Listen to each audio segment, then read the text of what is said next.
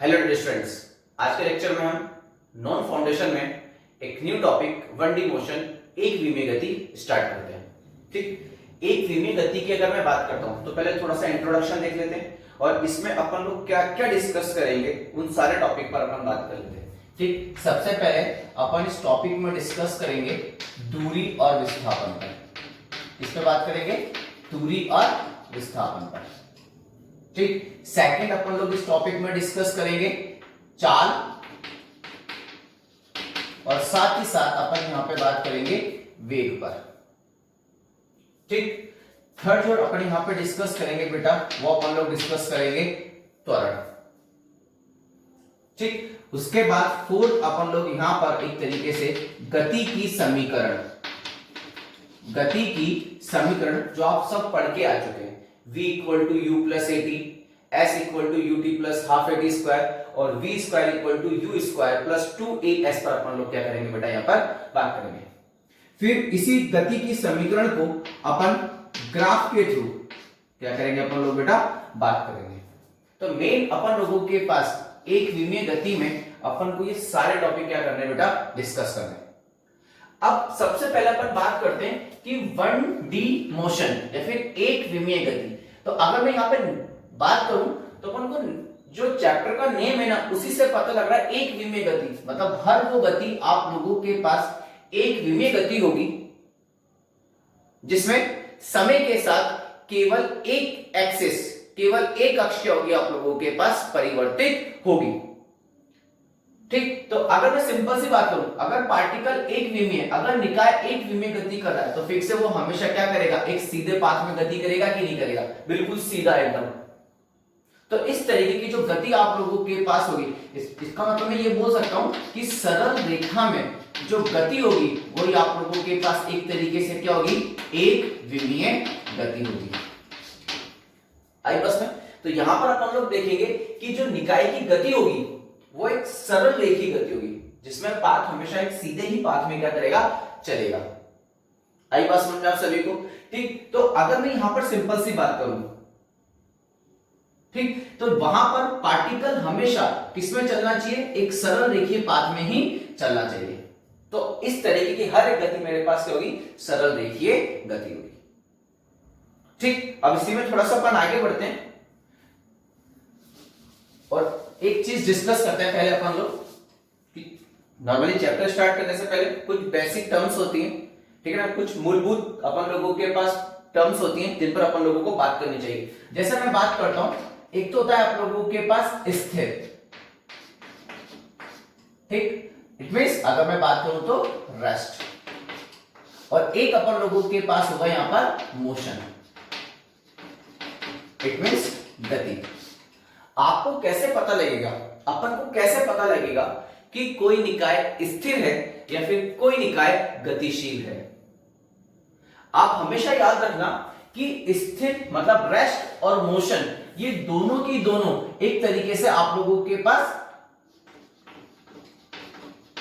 Relative quantity है। आप लोगों के पास क्या है, रिलेटिव सापेक्ष राशि है। मतलब अगर मैं सिंपल सी बात करूं तो अभी मैं आप लोगों को रेस्ट में नजर आ रहा हूं।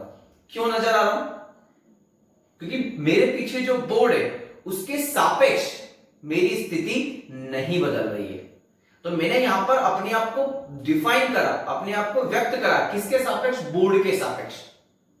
ठीक, अब मैं गतिशील हूं।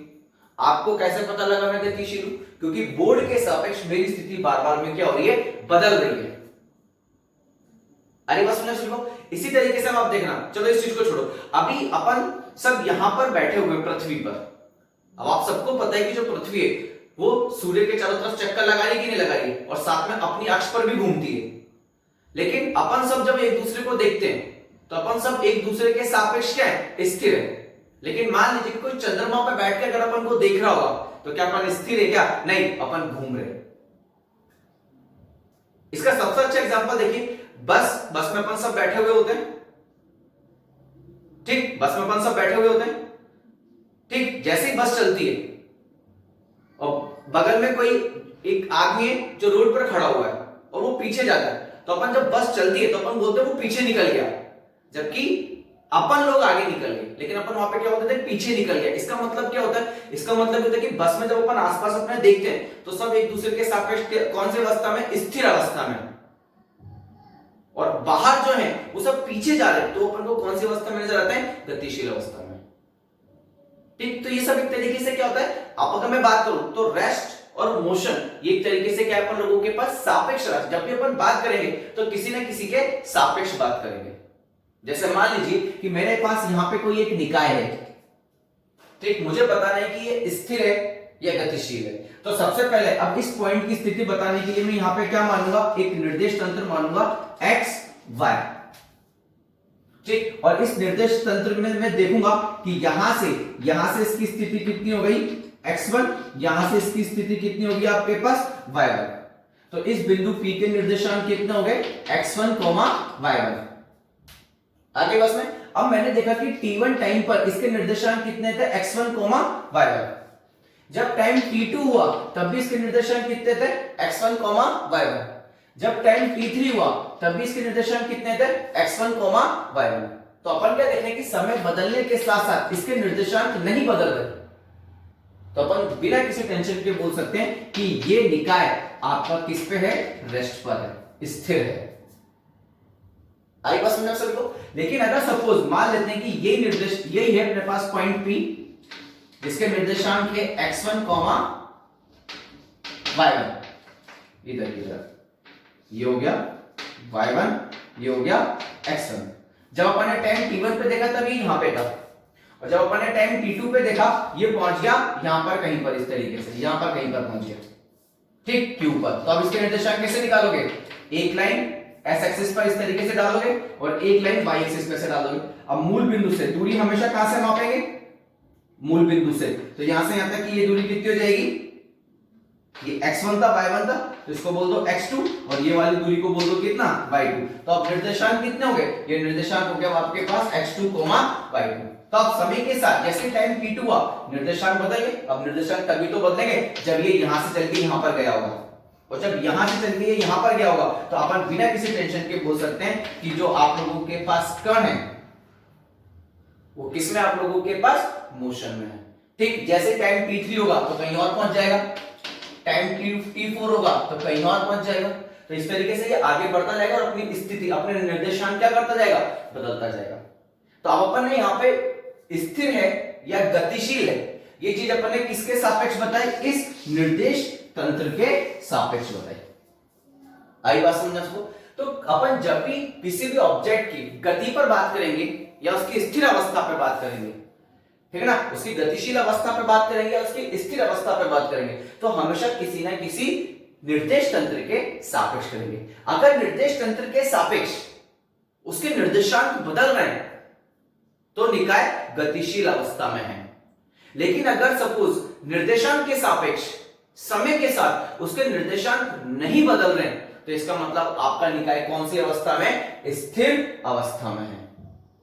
आई बात समझ में आप सभी को, ठीक। इसी में अपन थोड़ा सा और आगे बढ़ते हैं, देखना आप लोग, जब अपन गति की बात करते हैं, इस चीज को भी यहीं पर ही क्लियर कर देते हैं अपन लोग।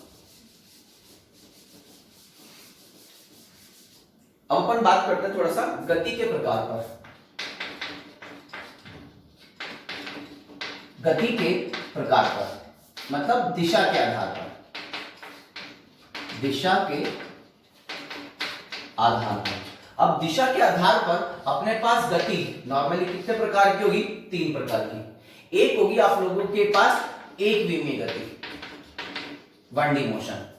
एक आप लोगों के पास होगी द्विविमीय गति, 2D मोशन।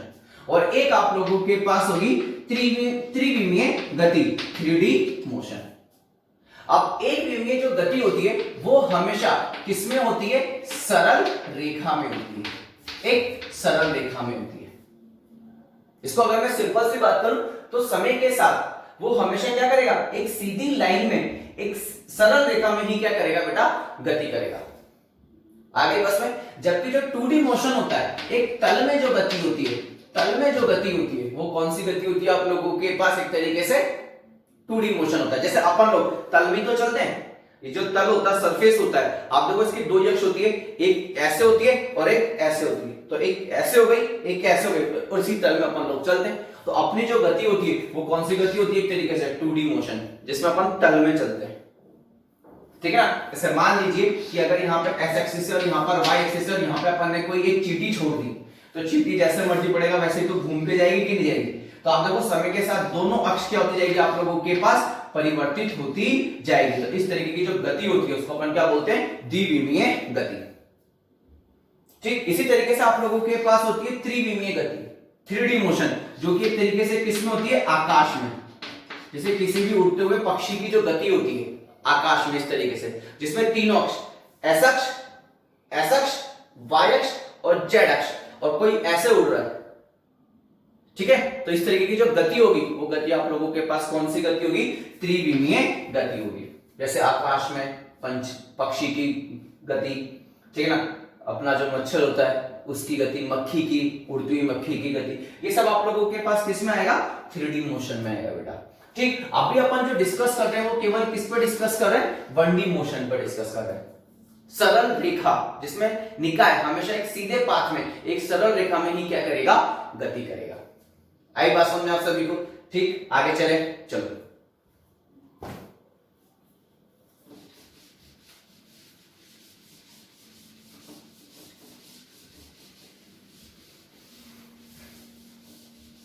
अब आप देखना, अब अपन थोड़ा सा और आगे बढ़ते हैं और अब अपन बात करते हैं सबसे पहले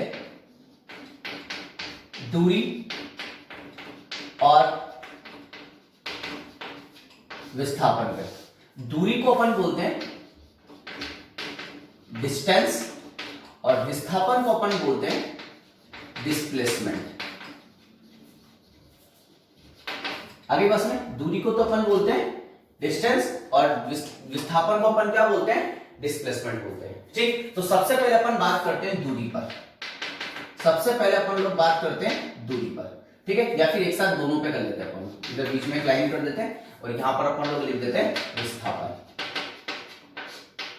और एक आप लोगों के पास हो गई दूरी। अब आपको ध्यान से देखना, मान लीजिए कि आप किन्हीं भी दो बिंदु हैं, जैसे कि ये मान लीजिए कि आपका घर और ये आप लोगों का स्कूल। ठीक, अब आपके पास अपने घर से और स्कूल जाने के दो तरीके हैं। ठीक, एक तरीका तो है बिल्कुल सीधा, एक तरीका तो आप लोगों के पास बिल्कुल सीधा, बिल्कुल एकदम सीधा जाना है, बिल्कुल भी अपनी दिशा परिवर्तित नहीं करनी।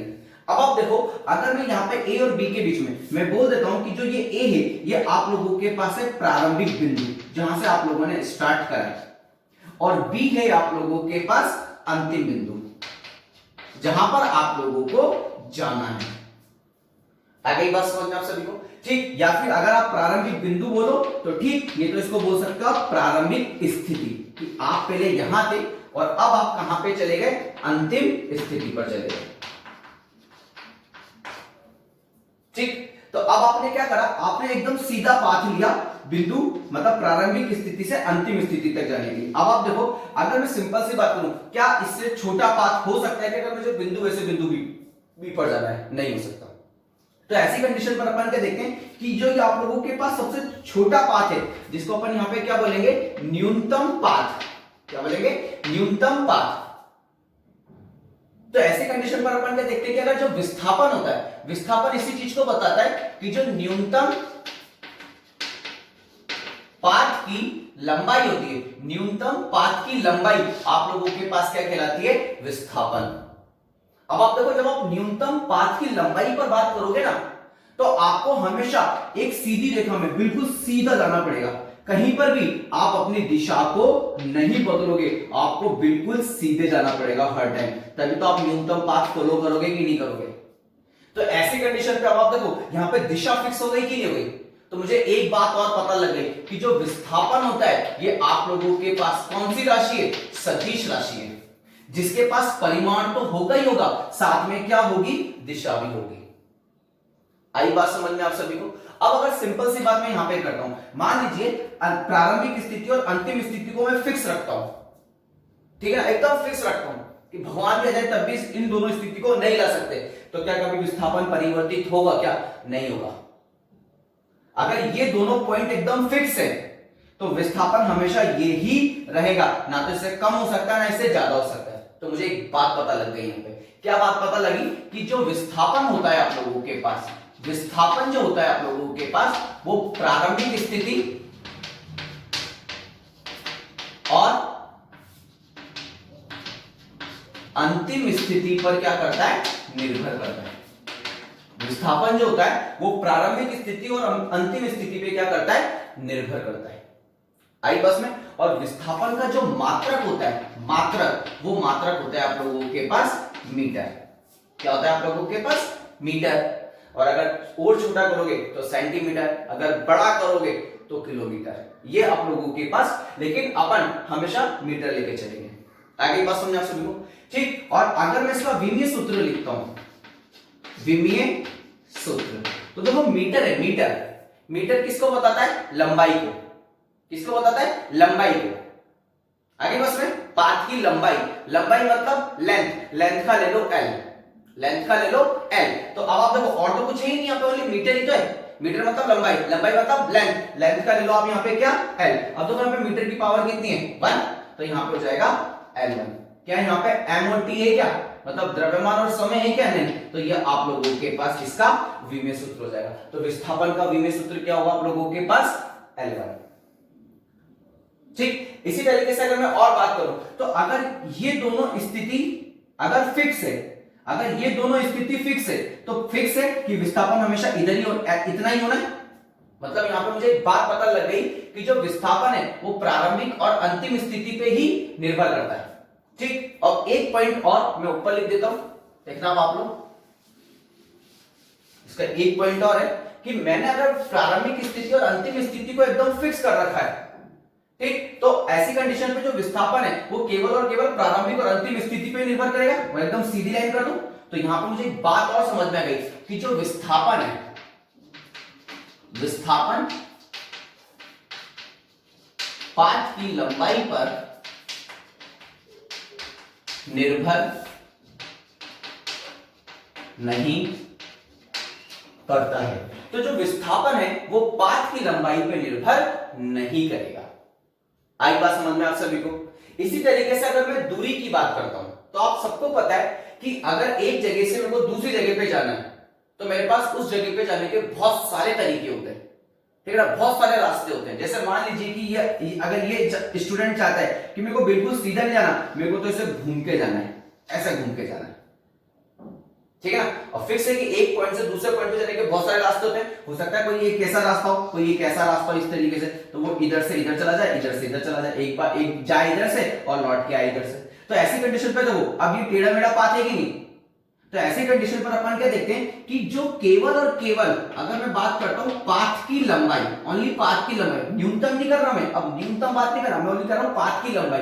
तो मैं क्या देखता हूं कि जो दूरी होती है वो दूरी आप लोगों के पास, जो पाथ की लंबाई होती है वही आप लोगों के पास क्या होती है, दूरी होती है, जिस पाथ को आप फॉलो कर रहे हो। देखो यहाँ पे अगर आप पहले इधर जाओगे, फिर इधर जाओगे, इधर जाओगे, फिर नीचे, फिर ऊपर, फिर नीचे, हर एक टाइम पे दिशा बार बार में क्या हो रही है, परिवर्तित हो रही है। मतलब यहाँ पे कोई एक निश्चित दिशा नहीं है, निश्चित दिशा नहीं है। इसका मतलब जो दूरी होगा, दूरी आप लोगों के पास एक तरीके से कौन सी राशि है, आप लोगों के पास अदिश राशि है। कौन सी राशि आपलोगों के पास, दूरी एक तरीके से अदिश राशि है। मतलब इसके पास केवल और केवल क्या होगा, परिमाण होगा, दिशा नहीं होगी। जबकि विस्थापन के पास परिमाण भी होगा तो साथ में दिशा भी होगी। आई बात समझ में आप सभी को। इसी तरीके से अपन थोड़ा सा और आगे बढ़ते हैं। अब आप देखो ये वाला पॉइंट और ये वाला पॉइंट फिक्स है। अब आप देखो, आप खुद देखो कि अगर एक जना इस पाथ से जा रहा है और एक जना इस पाथ से जा रहा है, तो देखो ये पाथ, ये वाला पाथ इसकी तुलना में थोड़ा छोटा है कि नहीं, लेकिन ये और ये बिंदु तो फिक्स है ना अभी भी। मतलब मेरे को यहां पर एक बात पता लगे कि जो दूरी है, ठीक है ना, वो किस पे निर्भर करती है, पाथ की लंबाई पर निर्भर करती है। दूरी पाथ की लंबाई पर निर्भर करती है कि आप कौन सा पाथ ले रहे हो। अगर आप बड़ा पाथ लोगे तो आपको ज्यादा दूरी चलनी पड़ेगी, और छोटा पाथ लोगे तो आपको कम दूरी चलनी पड़ेगी। आई बात सुने। इसका मतलब ये हुआ कि दूरी प्रारंभिक बिंदु या प्रारंभिक स्थिति और अंतिम स्थिति पर निर्भर नहीं करती है। दूरी प्रारंभिक और अंतिम स्थिति पर निर्भर नहीं करती है। साथ ही साथ आपको क्या पता लग गया यहाँ पे, साथ ही साथ एक बात और पता लग गई, ठीक है ना, मात्रक। अब फिर से पाथ की लंबाई, यहाँ पे भी लंबाई आ रहा है तो इसका मात्रक आप लोगों के पास क्या होगा, मीटर। और इसका जो विमीय सूत्र बनेगा, इसका जो विमीय सूत्र बनेगा वो विमीय सूत्र भी आपके पास कितना बनेगा, L1 ही बनेगा। तो इस तरीके से अपन दूरी और विस्थापन पे क्या करते हैं बेटा, बात करते हैं। आई बात में, तो विस्थापन और दूरी में क्या डिफरेंस देखना बहुत ध्यान से। जो पाथ की लंबाई होगी, जो पाथ की लंबाई होगी वो हमेशा दूरी होगी, और जो विस्थापन होगा उसके लिए न्यूनतम पाथ की लंबाई आप लोगों के पास क्या होगी, विस्थापन होगी। ये एक सदिश राशि है जबकि ये एक अदिश राशि है। ये प्रारंभिक और अंतिम स्थिति पर निर्भर करता है जबकि ये प्रारंभिक और अंतिम स्थिति पर निर्भर नहीं करता है।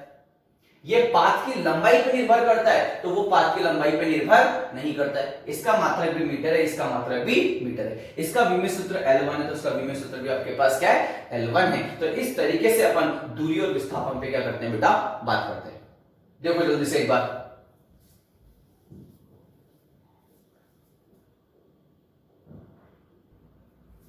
आई बात समझ में बेटा। तो आप यहां पे देखना कि अगर मैं सिंपल सी बात करूं तो ये चीज होगी विस्थापन और ये होगा आप लोगों के पास दूरी। अब आप खुद देख सकते हो कि ये वाला पाथ की लंबाई इस वाले पाथ की लंबाई से ज्यादा है कि नहीं है, और इस वाले पाथ की लंबाई इस वाले पाथ की लंबाई से ज्यादा है कि नहीं है। तो मतलब एक बात तो मुझे समझ में आ गई कि अगर मैं सिंपल सी बात करता हूं तो दूरी जो होगी वो बड़ी होगी हमेशा किससे, विस्थापन के परिमाण से। आई बात समझ में। तो देखना अपन इसमें थोड़ा वापस आगे बढ़ते हैं और इस तरीके से देखते हैं।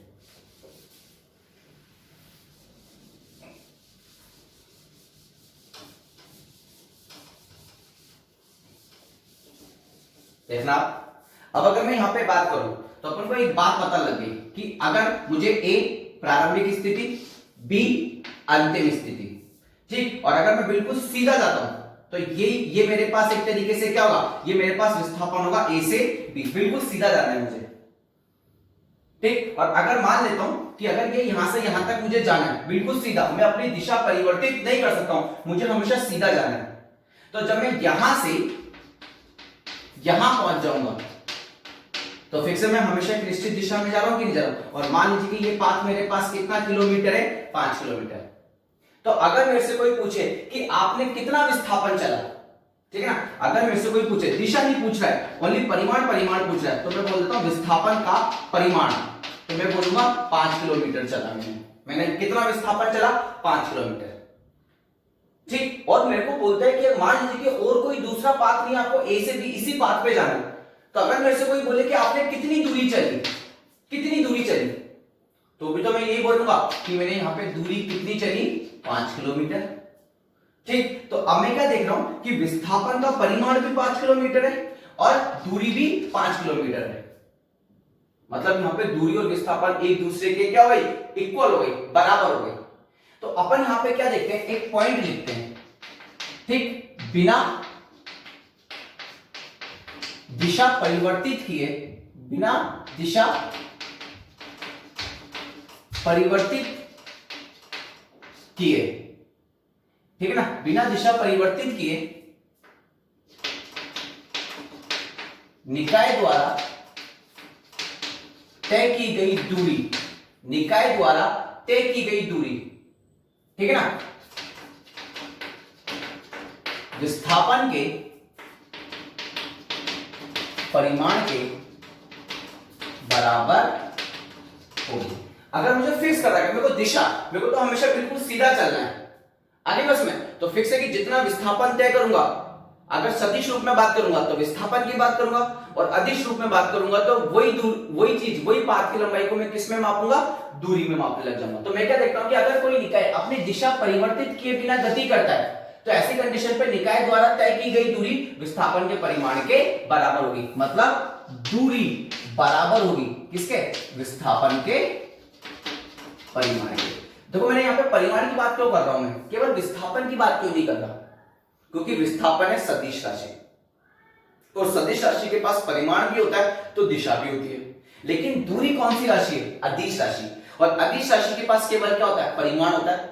तो फिक्स है कि मैं विस्थापन का भी तो केवल परिमाण ही करूंगा, क्योंकि परिमाण से परिमाण की तो ही तुलना करूंगा, मुझे दिशा से कोई मतलब ही नहीं है यहाँ पे। तो मैं क्या देखता हूं कि अगर निकाय अपनी दिशा परिवर्तित किए बिना एकदम सीधा चलता है, तो अपन क्या देखते हैं कि जो दूरी है, ठीक है ना, वो हमेशा विस्थापन के परिमाण के बराबर होगी। लेकिन अगर सामान्य रूप से बात करूंगा, जो मैंने अभी करी थी, जिसमें आप लोगों ने देखा था लंबाई, दो पाथ की लंबाई अलग अलग थी और न्यूनतम पाथ की लंबाई कम थी। तो अगर मैं सामान्य स्थिति में बात करूंगा, सामान्य स्थिति में अगर मैं बात करता हूं, ठीक है ना, मतलब निकाय अपनी दिशा परिवर्तित कर सकता है, तो ऐसी कंडीशन पे दूरी हमेशा बड़ी होगी, दूरी हमेशा बड़ी होगी, किससे? विस्थापन के परिमाण से। आई बात समझ में? तो आपके पास एक स्थिति तो ये हो गई, एक स्थिति ये हो गई। अब इसको दोनों को साथ साथ लिखते हैं, तो अपन इसको कैसे लिखेंगे कि दूरी हमेशा बड़ी होगी या फिर बराबर होगी, किसके? विस्थापन के परिमाण के। लेकिन अगर आपसे कोई पूछे कि बराबर कब होगी, तो आपको बताना पड़ेगा बराबर केवल तभी होगी जब निकाय बिना अपनी दिशा परिवर्तित किए हुए एक सीधी रेखा में गति करता है। अरे बस में, जब निकाय बिना अपनी दिशा परिवर्तित किए एक सीधी रेखा में गति करता है, तो ऐसी स्थिति में निकाय की दूरी और निकाय के विस्थापन का परिमाण दोनों ही बराबर होता है। आई नहीं आई बात समझ में? देखो जल्दी से बेटा इसको एक बार।